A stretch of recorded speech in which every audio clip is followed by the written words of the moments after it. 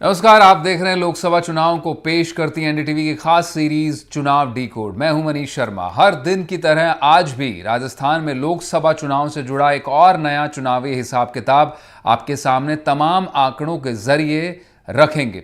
इस प्रोग्राम में राजस्थान की एसटी यानी जनजातियों के लिए रिजर्व सीटों का सरल अंदाज में संपूर्ण विश्लेषण होगा।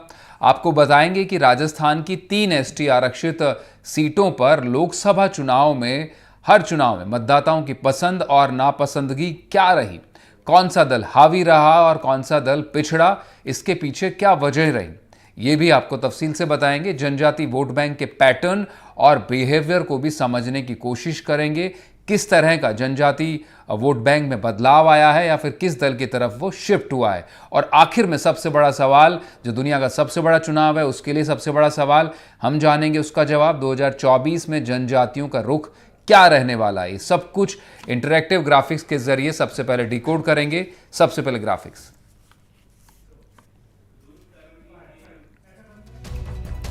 तो आप देख सकते हैं राजस्थान में एसटी सीटों पर कौन हिट है। प्रदेश में 3 एसटी सीटें हैं, बांसवाड़ा, डूंगरपुर, उदयपुर और दौसा। ये रिजर्व सीटें कहलाती हैं। उदयपुर और दौसा में बीजेपी कांग्रेस में मुकाबला तय हो गया है और बांसवाड़ा में कांग्रेस ने तय नाम नहीं किया है। यहां से आदिवासी दल बीएपी, भारत आदिवासी पार्टी से राजकुमार रोत मैदान में है और कांग्रेस के बीएपी से गठबंधन के बड़े आसार जताए जा रहे हैं। दौसा मीणा जनजाति बहुल सीट है और उदयपुर, बांसवाड़ा मीणा और अन्य दूसरी जनजातियां बहुल सीट मानी जाती हैं। 2019 में बीजेपी ने एसटी सीटों पर करीब 54% वोट पाया था और कांग्रेस को 33% वोट बैंक मिले थे। 2014 और 19 में लगातार दोनों बार सेम वोट बैंक रहा और 2019 में निर्दलीय और अन्य दलों के खाते में 13% वोट गया।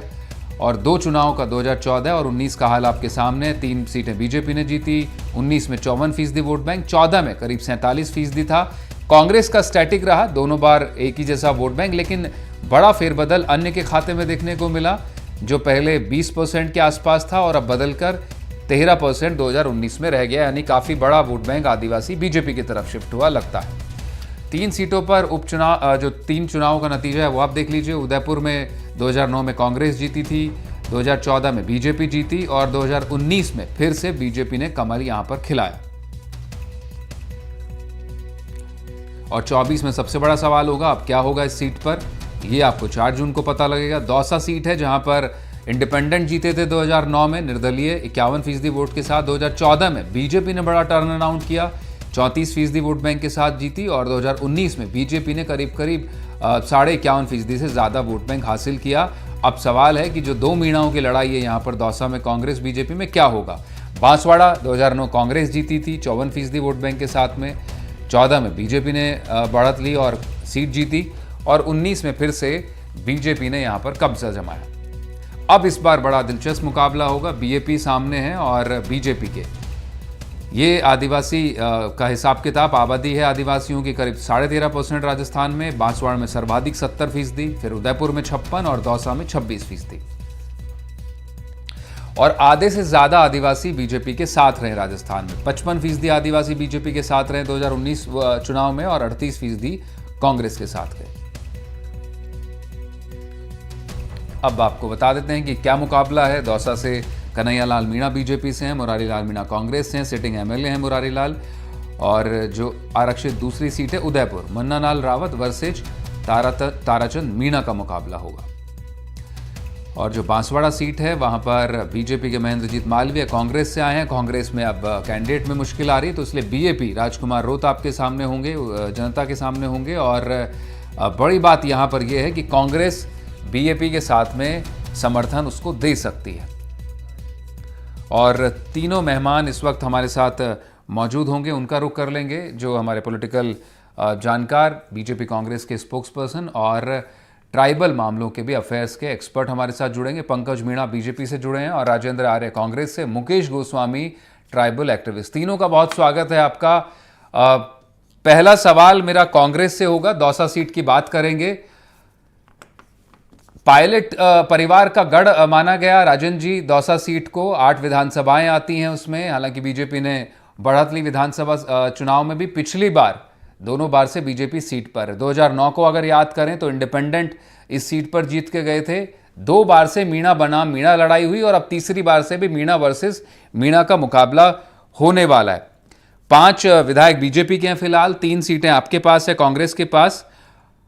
क्या रहने वाला है, क्या मुकाबला दिखाई पड़ रहा है आपको फिलहाल इस बार? क्या आपका गणित कहता है, किस तरह के सियासी समीकरण आप बिठाने जा रहे हैं?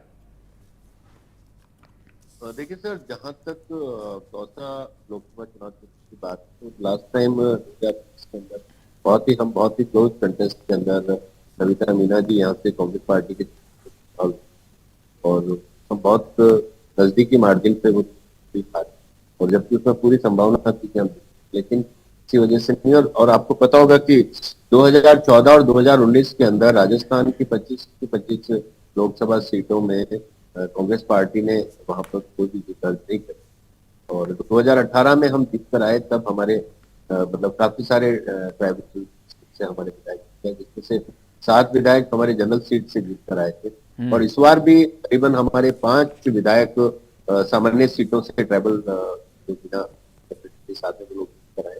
तो निश्चित रूप से कांग्रेस पार्टी का हमेशा से आदिवासियों के साथ में अच्छा रहा है, लेकिन 2014 और 19 के अगर हम आंकड़ों का विश्लेषण करें तो वो परिणाम हमारे पक्ष में नहीं रहे।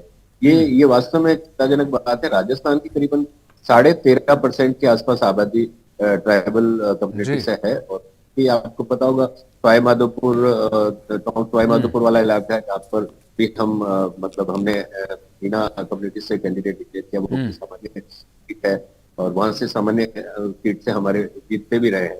उसके अलावा कोटा जो हमारा लोकसभा क्षेत्र है, वहां से भी हमारे ट्राइबल कैंडिडेट जीत रहे हैं, जिसमें आपके रामनारायण जी मीणा है। दूसरा मैं आपको बताऊं कि जो झालावाड़ जो चुनाव क्षेत्र है, 12 झालावाड़, दौसा की बात कर लें, सीट वाइज सीट आ रहे हैं जी, मैं उसी पे ही आ रहा हूँ। जी। तो वहां पे हमारा क्या है, पूरे राजस्थान के अंदर और खासकर पूर्वी राजस्थान में और दक्षिणी राजस्थान में ट्राइबल कम्युनिटी बहुत ही महत्वपूर्ण रोल अदा करती है, और दौसा सीट पर इस बार हमारी तैयारी बहुत ही बेहतरीन है।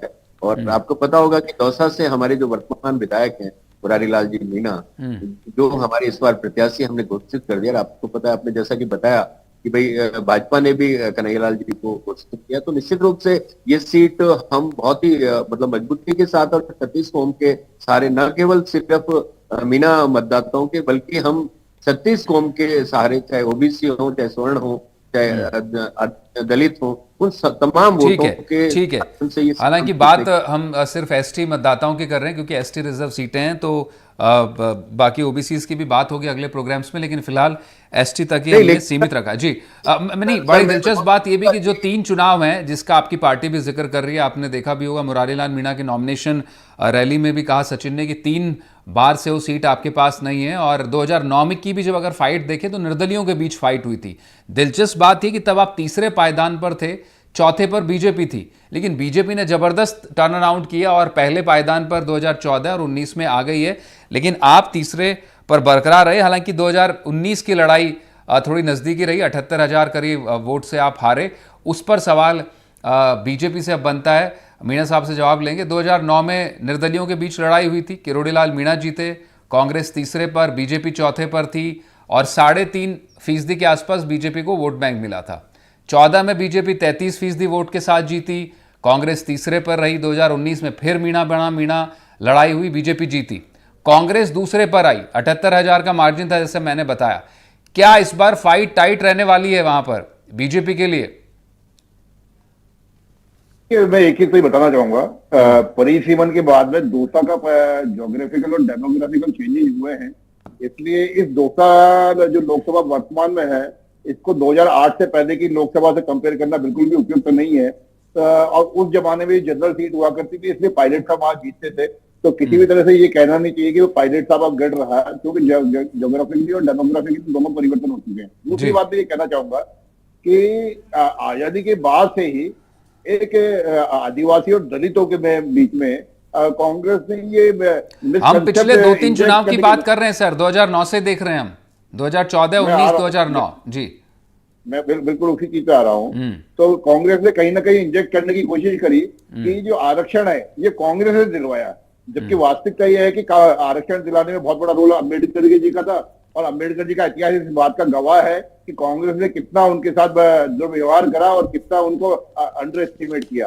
तो इसलिए आजादी के बाद लगातार कांग्रेस पार्टी को दलित और आदिवासी के वोट मिलते रहे, पर जो ही आदिवासियों में शिक्षा का प्रभाव बढ़ने लगा, उनको समझ आने लगी, तो अभी देखिए 9 से ही आपके गिनना शुरू करिए, भी परिवर्तन आने लगा। धीरे धीरे आदिवासियों का वोट शिफ्ट होने लगा भारतीय जनता पार्टी के साथ। और भारतीय जनता पार्टी का जो राष्ट्रवाद का विजन है, भारतीय जनता पार्टी का जो राष्ट्रवाद का उद्देश्य है, उसके साथ आदिवासी कदम से कदम मिलाने लगा। मैं उदाहरण दूंगा आपको 2013 के विधानसभा चुनाव का, जहां हमने आरक्षित सीटें सारी जीती थी, और 2014 के अंदर हमने लोकसभा की आरक्षित सीटें सारी जीती। तो ये बहुत बड़ा परिवर्तन था 2013-2014 का। और अब ये परिवर्तन आज 2024 के अंदर और बढ़ने वाला है। जो हम 2019 के अंदर 55% वोट लाए थे, मैं आपको इस बार दावे के साथ कहता हूं कि आदिवासी बहुल सीटों में 70% वोट लेंगे हम। जो आप चर्चा कर रहे थे दौसा की, मैं विशेषकर दौसा के संदर्भ में बताना चाहूंगा कि जिनको कांग्रेस पार्टी ने उम्मीदवार बनाया है, उन्होंने चुनाव लड़ने से मना कर दिया था। वो चुनाव लड़ने से बचने के लिए हॉस्पिटलाइज हो गए थे। ये तो किसी तरह उनको जबरदस्ती कैंडिडेट बनाया गया है। और ये मुरारी जी मीणा वही मुरारी जी मीणा है, सांसद प्रत्याशी राजेंद्र जी सुनिए, राजेंद्र जी बंगाल में भी लड़ा है। पंकज जी कृपया करके अपने गिरबान में जाके आप देखिए आंकड़ों के साथ गुजरात के अंदर भी 2 प्रत्याशियों ने आपके टिकट लौटाया है, और एक बंगाल के अंदर आपको समय आए जब पवन सिंह ने लौटाया है। उधर आर्य साहब लौटेंगे, आपको भी समय मिला, थोड़ी बात रख लें ताकि थोड़ा सा राजनीतिक बयानबाजी से तरह थोड़ी फैक्चुअल बात हो पाए। मीणा साहब, आप जो बात रख रहे हैं कि जिस कैंडिडेट का आप जिक्र कर रहे हैं मुरारी लाल मीणा का, आपको ये भी पता होगा कि मुरारी लाल मीणा पुराने इनके नेता हैं, और वही दौसा जो सीट थी, हालांकि पूर्व में आपने काफी अच्छा होल्ड किया, विधानसभा चुनाव में काफी सीटें आपने वापस हासिल की, लेकिन दौसा में आप चुनाव हारे हैं। देखिए दौसा शहर जो विधानसभा है वहां हमारे, तो वो वहीं से विधायक है मुरारी लाल मीणा जिनका आप जिक्र कर रहे हैं कि चुनाव नहीं लड़ना चाहते थे। बिल्कुल बिल्कुल मैं आपको बता रहा हूँ, दौसा लोकसभा क्षेत्र में आने वाली 8 विधानसभा में से हम 5 विधानसभा जीते हुए हैं। आपको मैं जानकारी के लिए बता दूं, और जो 3 विधानसभा कांग्रेस ने जीती है, बस्ती केवल 9,500 वोटों से आप जीते हैं। थानागाजी जहां आप ट्रायंगुलर फाइट के अंदर थोड़े से वोटों से जीते हैं। और जहां तक बात है, आप 2019 में कह रहे हैं कि हम 78,000 का एक छोटे से मार्जिन से हारे थे, राजेंद्र जी ऐसा कह रहे हैं। मुझे इस बात का बड़ा संतुष्टि है कि 78,000 से हारने के बाद भी कांग्रेस पार्टी कहती कि हम छोटे से मार्जिन से हारे। मेरे ख्याल से हिंदुस्तान में ये छोटा सा मार्जिन शायद 2-4 सीटों पर ही होगा। इसके बावजूद भी अगर इनको तसल्ली है तो मैं इनको शुभकामना देना चाहूंगा। ऐसे ही छोटे छोटे मार्जिन से आप हारते रहे, और ऐसे कांग्रेस मुक्त भारत का जो जनता का नारा है उसको आप साकार करते रहे।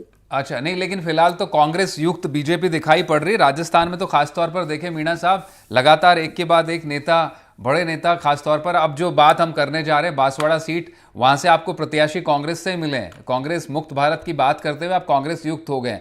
बांसवाड़ा सीट का रुख कर लेते हैं। सबसे, हाँ, दौसा की बात होगी, सबसे अहम सीट होगी बांसवाड़ा डूंगरपुर। जैसा हमने ग्राफिक्स के जरिए दर्शकों को बताया, 70% आबादी जो है, 70% आदिवासी हैं। बीजेपी ने कांग्रेस से आए महेंद्रजीत मालवीय को यहां पर टिकट दिया है। कांग्रेस ने प्रत्याशी नहीं उतारा, लेकिन जो बीएपी पार्टी है, भारत आदिवासी पार्टी के नेता राजकुमार रोत मैदान में यहां पर, और संभवतः आर्य साहब आपकी पार्टी उनको समर्थन भी देने जा रही है, शायद इसीलिए आपने वहां कैंडिडेट अनाउंस नहीं किया है। दिलचस्प यह है कि 8 विधानसभाओं में से कांग्रेस ने 5 सीटें जीती यहां पर 2023 के इलेक्शन में, बीएपी के पास 1 रही, और शेष जो सीटें हैं वो बीजेपी के पास में गई। मीणा साहब, इस पर मैं जवाब चाहूंगा, क्योंकि ये बड़ी डिफिकल्ट सीट आपको लग रही थी, विधानसभा चुनाव में भी आपको इसकी मैसेजिंग मिल गई थी, इसलिए आप महेंद्रजीत मालवीय को लेकर के आए, और अब जो है कांग्रेस के पास निश्चित रूप से बड़ा चेहरा नहीं है। तो आपको लग रहा है कि आदिवासी वोट बैंक डिफिकल्ट तो है इस बार आपको बांसवाड़ा डूंगरपुर सीट? जी नहीं, बिल्कुल आपने मेरे मुंह का प्रश्न आपने मेरे से करा। मैं बड़ा इस बात के लिए तसल्ली से जवाब देना चाहूंगा। देखिए, कांग्रेस में सब भगदड़ मची हुई है, और एक डर और क्या कहना चाहिए सन्नाटे का माहौल है। आप अगर 25 लोकसभा क्षेत्र की बात करें तो यहाँ इनके पास चुनाव लड़ने के लिए कैंडिडेट नहीं है, और जहां कैंडिडेट है वहां डर इतना है कि चुनाव लड़ना ही नहीं चाह रहे। मैं उदाहरण देके बताता हूँ, नागौर में आपने बड़ी हाथाजोड़ी करके हनुमान बेनीवाल के ग्राउंड में आपने गेंद रख दी। स्पीकर जो परंपरागत रूप से कांग्रेस का बाहुल्य हुआ करता था, वहां आपने एक अमरा राम जी जिनकी पार्टी को पूरे खत्म हुए, राजस्थान में खत्म हुए 10 साल हो गए, आपने उनको लाके टिकट दे दिया। और आप ये किसी तरह पीछे छुड़ाना चाह रहे हैं बांसवाड़ा डूंगरपुर की सीट से कि भाई यहां भी हमको नहीं लड़ना पड़े, बीजेपी पार्टी वाले लड़ रहे तो हमारा इज्जत बच जाए। और जहां तक बात है बांसवाड़ा डूंगरपुर में महेंद्र जी सिंह मालवीय की, तो मैं आपको एक ही बताना चाहूंगा मनीष, राजस्थान में ऐसा नहीं है कि तमाम कांग्रेसियों का भ्रष्टाचार का जहर है, तो तमाम कांग्रेसियों में गांधी परिवार के प्रति नतमस्तक हुए हैं। महेंद्र जी सिंह मालवीय वो व्यक्ति हैं जो पिछले 5 साल कांग्रेस की सरकार में लगातार कांग्रेस के भ्रष्टाचार का मुद्दा उठाते रहे। और उन्होंने, मैं कहता हूं इस बात की कि उनकी मर्दानगी है, उनका एक जमीर जागा है कि उन्होंने ऐसी भ्रष्ट कांग्रेस को छोड़ के भारतीय जनता पार्टी में शामिल होने का प्रयास किया, और जो हमने सहज स्वीकार किया। तो ऐसा नहीं है कि कांग्रेस के सभी लोग ऐसे भ्रष्ट हैं, कांग्रेस के तमाम लोग गांधी परिवार के भ्रष्ट हैं, ऐसा निश्चित रूप से अच्छे लोग कांग्रेस में भी है, और वो धीरे धीरे सब भारतीय जनता पार्टी की तरफ आकर्षित हो रहे हैं। और यही भारतीय जनता पार्टी का बढ़ता हुआ प्रभाव है कि आज भारतीय जनता पार्टी पूरे देश में 400 से ज्यादा सीटें जीतने जा रही है। ठीक है, लेकिन दिलचस्प बात थी जिस बात को मैं आपसे जवाब जानना चाह रहा था, क्योंकि बांसवाड़ा डूंगरपुर में विधानसभाओं 8 विधानसभाओं में आपकी स्थिति कमजोर हुई 2023 के लोक विधानसभा चुनाव में, और रिफ्लेक्ट भी होती 2019 में आपको 49% वोट बैंक यहां से मिला था, वोट के साथ में आप जीते थे। लेकिन कांग्रेस और अब जो बीजेपी है उसका अगर वोट शेयर मिला दे तो करीब करीब 45-46% बैठता है वो भी, तो बहुत नज़दीकी मुकाबले की इस पे काफ़ी हद तक गुंजाइश है। और जो कांग्रेस की आप बात कर रहे हैं तो उसके बड़े प्रत्याशी को तो आप कहें कि आप ही लेकर आए उधर से। आप ट्राइबल एक्टिविस्ट हैं, गोस्वामी साहब भी हमारे साथ हैं। मुकेश जी, आपसे सवाल ये होगा, यहीं से शुरुआत करते हैं, बांसवाड़ा डूंगरपुर से ही शुरुआत करते हैं। बड़ी सीट है, बड़ी अहम सीट होगी, आदिवासियों की बात है तो आदिवासियों की जगह है वहाँ पर। और अब इन दिनों तो कहें कि पिछले साल भर से नारा भी है विधानसभा चुनाव में उठा आदिवासियों की तरफ से कि आदिवासी अब जाग गया है। आपको लगता है कि आदिवासी अब जाग गया है और उसका रिफ्लेक्शन बीएपी जैसे दलों के समक्ष के रूप में सामने आ रहा है कि कांग्रेस को अब उसका समर्थन करना पड़ रहा है? राजकुमार रोत बीजेपी के प्रत्याशी के सामने वहां पर होंगे, क्या कोई बदलाव इस बार देखने को मिल सकता है? जी, आप जो बिल्कुल कह रहे हैं वो बात शायद वहाँ साफ नजर आ रही है, यदि जाके कोई आके देखेंगे, क्योंकि कई बार पार्टियां आदिवासियों से वोट लेती हैं और वोट लेने के बाद बड़े मुद्दे, क्योंकि दोनों जो सीट का आपने जिक्र किया, बांसवाड़ा डूंगरपुर में बिल्कुल अलग मुद्दे हैं, दौसा में बिल्कुल अलग मुद्दे हैं। बांसवाड़ा डूंगरपुर में आज भी लोग वन अधिकार के तहत उनके पट्टे के लिए कितने, एक तरीके से एक बार नहीं 10-10 बार आवेदन करने के बाद, और कानून आया 2008 से लगा करके, और कई सरकारें, भारतीय जनता पार्टी की सरकार भी 2 बार, कांग्रेस की पार्टी की सरकार भी 2 बार रह ली, लेकिन उनकी फाइलों का निपटारा आज तक नहीं हुआ, चाहे वो व्यक्तिगत वन अधिकार के दावे हों, चाहे सामूहिक वन अधिकार के दावे हों। तो कहीं ना कहीं जो बांसवाड़ा, डूंगरपुर, उदयपुर और प्रतापगढ़, चित्तौड़गढ़ का जो आदिवासी है, इस क्षेत्र का जो आदिवासी है, वो सोचता है, क्योंकि उनके लिए उनकी जो जमीन है, उनका जो पट्टा है, कितने संघर्ष के बाद वो कानून आया, और उसको जमीन पे उतारने के लिए उन्होंने इतना संघर्ष किया, फाइलों पे फाइलें जमा की। तो उन्होंने देखा है दोनों पार्टियों का एक तरीके से शासन देखा, किसी ने थोड़ा ज्यादा, किसी ने कम, बहुत कम एक तरीके से ध्यान दिया उन इलाकों के ऊपर। तो यहाँ जरूर उनको एक नजर आता है कि हमारे लिए कौन लड़ाई लड़ रहा है, कौन जमीन पर लड़ाई लड़ रहे हैं। केवल हवा हवाई वादे होते हैं, राजनीतिक दल वादे करते हैं, हम ऐसे करेंगे, ये करेंगे, और अंत में जमीन पे जाके उनके साथ कौन काम करते हैं, ये तो साफ स्पष्ट नजर आ रहा है। देखिए, यदि भारतीय जनता पार्टी को लगता कि मालवीय साहब को क्यों आयात करना पड़ता कांग्रेस से, और कांग्रेस को लगता कि उनका जनाधार बहुत टिकाऊ है, मजबूत है, तो भारत आदिवासी पार्टी का उनको समर्थन करना, क्यों समर्थन करने की आवश्यकता पड़ती।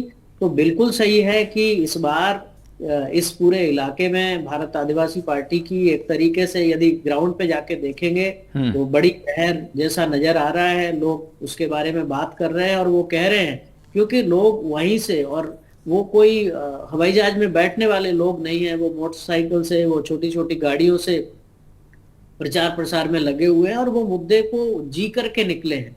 और युवा भी है, युवा भी है, युवा जो एस्पिरेशन है, खासतौर पर आदिवासी युवाओं की जो महत्वाकांक्षाएं उसका भी एक रिफ्लेक्शन दिखाई पड़ रहा है, क्योंकि लंबे समय तक, आप बिल्कुल सही कह रहे हैं, लंबे समय तक दोनों राष्ट्रीय पार्टियों ने उनका वोट हासिल किया, उनके मुद्दे ज़रूर उठाए, उनको रिझाने की पूरी कोशिशें की, लेकिन उनके मसलों को, जो आप बता रहे हैं आज भी पट्टों के लिए किस तरह से वो अपने वनाधिकार के लिए जूझ रहे हैं, वो उनके ग्राउंड पर मुद्दे कमोबेश बने रहे। इसीलिए कभी बीटीपी और अब बीएपी पार्टियां अपना स्थानीय स्तर पर प्रभाव दिखाती हैं।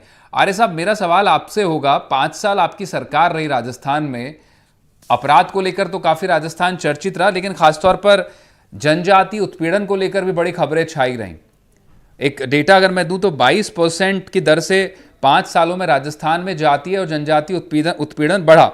शिकायत ये रही जनजातीय लोगों की, आदिवासियों की प्रभावी जांच नहीं होती है और फिर मामलों की सुनवाई नहीं होती और कोई न्याय नहीं मिलता है। वनाधिकार का मसला अपने आप में, जो गोस्वामी साहब कह रहे हैं, जो बांसवाड़ा, डूंगरपुर और उदयपुर वाला इलाका है, मेवाड़ साउथ राजस्थान का इलाका, आप केंद्र में इतने समय तक सरकार में रहे, राजस्थान में आप बार बार, एक तरह का रिवाज रहा है वहाँ 5 साल 5 बार रिवॉल्विंग डोर ऑफ पॉलिटिक्स, आप आते रहे, पिछली बार आपकी सरकार थी, मसले उनके आप नहीं सुलझा पाए, आपके बड़े नेता बीजेपी में चले गए, तो निश्चित रूप से अब बीएपी जैसी पार्टियों की तरफ रुख करना पड़ेगा उनको, स्थानीय पार्टियों की तरफ, आदिवासियों को।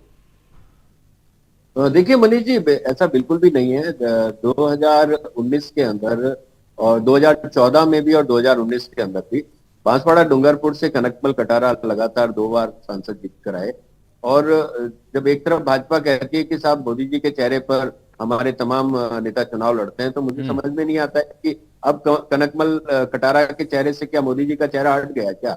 अब सवाल ये उठता है कि अब इनको महेंद्रजीत सिंह मालवीय, जिनको ये पानी पी पी कर कोसते थे आदिवासी क्षेत्र के अंदर, क्योंकि वो वहां पर कांग्रेस का एक बड़ा चेहरा रहे थे और कांग्रेस पार्टी ने उनको तमाम वो पद दिए, चाहे सांसद बनाने की बात हो, चाहे विधायक बनाने की बात हो, चाहे कैबिनेट मंत्री बनाने की बात हो, चाहे कांग्रेस की सर्वोच्च संस्था जो सीडब्ल्यूसी होती है, कांग्रेस वर्किंग कमेटी, उसका भी उनको सदस्य बनाए। तो वो बहुत बड़ा आदिवासी चेहरा पूरे देश के अंदर थे कांग्रेस पार्टी का। खैर वो गए, कोई बात नहीं, वो जाएंगे तो और दूसरे लोग भी तैयार होंगे, इसमें कोई दो राय नहीं। लेकिन सवाल यहाँ ये उठता है कि जब कनकमल कटारा 2 बार लगातार जीते तो इनको क्या जरूरत पड़ी, जब जिस तरीके से ये बार बार आदिवासी क्षेत्र में प्रधानमंत्री के भी दौरे हुए, चाहे मानगढ़ धाम को लेकर बात हो, हमने लगातार मानगढ़ धाम के लिए भी, जैसा कि हमने आवाज उठाई थी कि इसको राष्ट्रीय परियोजना, मतलब राष्ट्रीय महत्व का मतलब बनाया जाए, स्मारक बनाया जाए, तो उसके लिए भी आज दिन तक कोई ये बड़ा, आर्य साहब यही सबसे बड़ा सवाल है। मैं आता, आपने मानगढ़ धाम का जिक्र किया, बड़ा अच्छी बात है। मानगढ़ धाम को पॉलिटिकली दोनों पार्टियों ने एक्सप्लॉइट करने की कोशिश की, प्रधानमंत्री नरेंद्र मोदी का दौरा हुआ, राहुल गांधी वहां पर गए, लेकिन सिंबोलिज्म से ज्यादा दोनों पार्टियां उठ नहीं पाई। दोनों पर सवाल है, बीजेपी पर भी और कांग्रेस पर भी। आप ट्राइबल सिंबोलिज्म पर ज्यादा बिलीव करते हैं। आपकी पार्टी ने आदिवासी दिवस पर छुट्टी घोषित कर दी, उससे ज्यादा भला नहीं होता है, उससे आप रिकॉग्नाइज कर रहे हैं निश्चित रूप से, लेकिन जो युवा एस्पिरेशन है, जो मेन स्ट्रीम में आना चाहती है, एजुकेशन को लेकर पिछड़ी है, जो रोजगार चाहती है, उसको लेकर सवाल है। आखिर में 30 सेकंड में मैं उदयपुर सीट का जान लेना चाहता हूं, क्योंकि 8 सीटों में से 2 कांग्रेस के पास है, 6 बीजेपी के पास हैं। आपको क्या लगता है उदयपुर सीट को लेकर, जल्दी से संक्षिप्त में? उदयपुर सीट पर मनीष जी, हम निश्चित रूप से, हमारे जो प्रत्याशी हैं ताराचंद जी मीणा, जो उस इलाके में ब्यूरोक्रेट भी रहे हैं और उनका लोगों के साथ में जीवंत संपर्क है, और निश्चित रूप से 2009 के अंदर हम वहां पे सांसद थे। उसके बाद में लगातार जिस तरह से अर्जुनलाल मीणा जीते, और इस बार अर्जुनलाल मीणा का भी टिकट काट दिया। मैं बार बार वही कहता हूं कि मोदी जी के चेहरे पे जीते हुए लोग हटा दिए गए, इसका मतलब कहीं टूट रहा है और कांग्रेस पार्टी के प्रत्याशी वहां पर जीतने जा रहे हैं। ठीक है, हालांकि मीणा साहब बिल्कुल इससे कहेंगे, वो तीनों सीटें वही एसटी की जीतने जा रहे हैं। बहुत बहुत शुक्रिया आपका गोस्वामी साहब, आप जुड़े, और मीणा साहब, आर्य जी आपका भी बहुत बहुत शुक्रिया। तो फिलहाल चुनाव डिकोड में इतना ही, बाकी तमाम खबरों के लिए आप बने रहें एनडीटीवी राजस्थान के साथ। नमस्कार।